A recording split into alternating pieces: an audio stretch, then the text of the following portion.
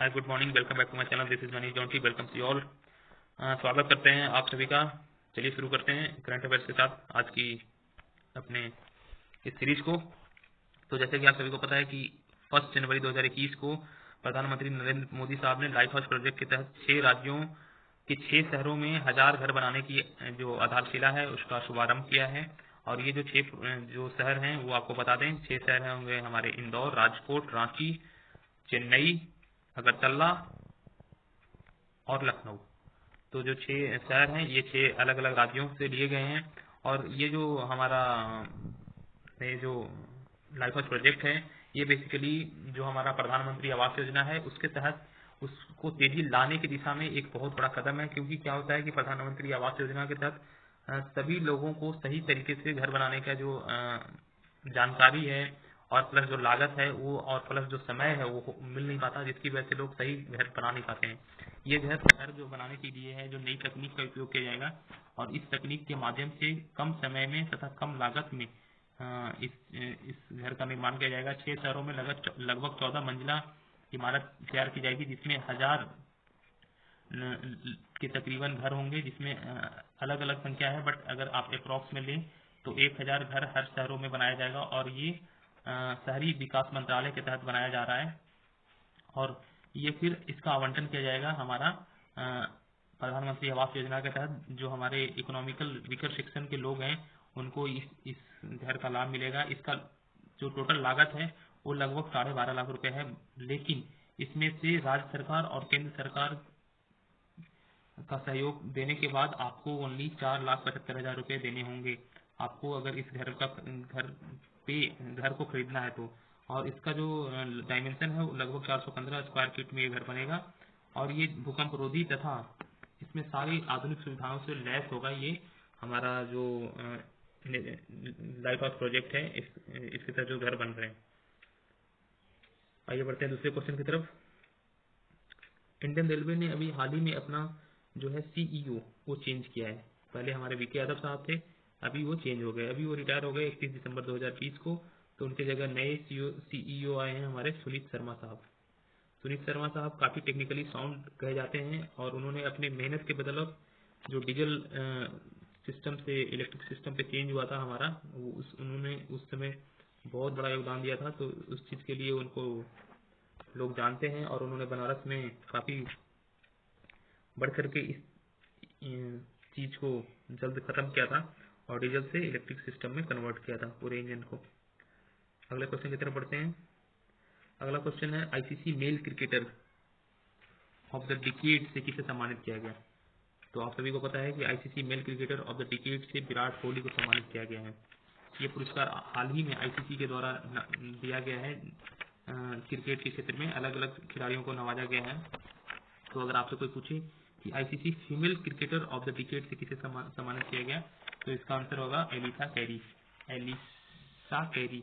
ये ऑस्ट्रेलिया की रहने वाली है, ऑस्ट्रेलिया की खिलाड़ी है और इन्हें ICC female cricketer of the decade से सम्मानित किया गया। ठीक है, आइए बढ़ते हैं अगले क्वेश्चन की तरफ।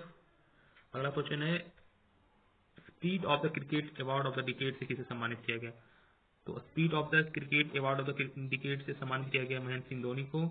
इन्हें ये पुरस्कार इसलिए दिया गया क्योंकि जब ये इंग्लैंड के खिलाफ एक टेस्ट मैच खेल रहे थे उस टेस्ट मैच में इयान बेल को इन्होंने आउट कर दिया था, जो कि इन्हें बाद में पता चला कि ये रन आउट नहीं है। तो इन्होंने फिर अंपायर को बोल के उन्हें वापस बुलाया। इस खेल भावना को इन्होंने दिखाने के लिए, इस खेल की भावना को दिखाने के लिए की वजह से आईसीसी ने उस चीज को दशक का सबसे महत्वपूर्ण पल माना और उसकी वजह से महेंद्र सिंह धोनी को speed of the cricket award of the decade से सम्मानित किया गया। ठीक है, अगले क्वेश्चन की तरफ पढ़ते हैं। अगला क्वेश्चन है प्लेयर ऑफ द सेंचुरी खिताब से किसे नवाजा गया। हाल ही में ग्लोबल शुकर अवार्ड 2020 दिया गया जिसमें प्लेयर ऑफ द सेंचुरी के खिताब से क्रिस्टियानो रोनाल्डो को नवाजा गया है। ये पुर्तगाल के फुटबॉल खिलाड़ी हैं और विश्व विख्यात, काफ़ी चर्चे में रहते हैं हमेशा। तो इन्हें जो है प्लेयर ऑफ द सेंचुरी के खिताब से नवाजा गया है। इन्हें एक और पुरस्कार मिला है जिसे हम ग्लोबल फुट अवार्ड भी कहते हैं। ग्लोबल फुट अवार्ड से भी क्रिस्टियानो रोनाल्डो को ही नवाजा गया है। अभी हाल ही में भारत में ड्राइवरलेस मेट्रो सेवा शुरू की गई है। तो अगर आपसे कोई पूछे कि ड्राइवरलेस मेट्रो सेवा कहाँ शुरू की गई, तो इसका सही आंसर है नई दिल्ली। बट अगर आपसे कोई पूछे कि ये किन दो स्टेशनों के बीच शुरू की गई, तो आप बता सकते हैं जनकपुरी से लेकर जनकपुरी और नोएडा सिटी सेंटर के बीच में ये शुरू की गई है। तो इसमें इससे दो क्वेश्चन बन रहे हैं कि ड्राइवरलेस मेट्रो सेवा इंडिया में कहाँ शुरू की गई, तो दिल्ली में। और अगर कोई पूछे कि ये कहाँ किन दो स्टेशनों के बीच शुरू की गई, किन दो मेट्रो स्टेशन के बीच, तो जनकपुरी और नोएडा सिटी सेंटर के बीच में शुरू की गई है। ठीक है, आइए बढ़ते हैं अगले क्वेश्चन की तरफ। अगला क्वेश्चन है हॉट एयर बलून सफारी किस टाइगर रिजर्व में शुरू किया गया है। तो आप सभी को पता होना चाहिए कि हॉट एयर बलून सफारी जो है भारत में एक बहुत ही अच्छी प्रोजेक्ट शुरू की गई है। जो भी नेशनल पार्क में जाना पसंद करते हैं या वाइल्ड लाइफ इंथुजियास्ट हैं या फिर काफ़ी जो इधर उधर घूमते हैं, स्पेशली वाइल्ड लाइफ सेंचुरीज वगैरह में, उनके लिए बहुत अच्छी खबर है। क्योंकि मैं आपको बता दूं कि आज तक भारत में हॉट एयर बलून जो है वो उसकी सफारी आपको नहीं का आनंद नहीं मिल सकता था कहीं भी टाइगर रिजर्व में या फिर वाइल्ड लाइफ सेंचुरीज में। बट अभी ये शुरू की गई है बांधवगढ़ टाइगर रिजर्व, जो कि मध्य प्रदेश में है। इससे क्या होगा कि जैसे हम पहले अंदर घूमने के लिए हमें एक गाड़ी दी जाती थी, सफारी गाड़ी होती थी या कोई बस होता था या कोई कुछ और होता था, तो उससे हम उसकी आवाज़ से जानवर छुप जाते थे इधर उधर, तो हम उनको देख नहीं पाते थे। तो अभी गवर्नमेंट ने हॉट एयर बलून की जो प्रोजेक्ट है उसको लॉन्च किया है और ये शुरू भी हो गया हमारा बांधवगढ़ टाइगर रिजर्व में। बांधवगढ़ टाइगर रिजर्व विश्व विख्यात एक बहुत ही बड़ा टाइगर रिजर्व है।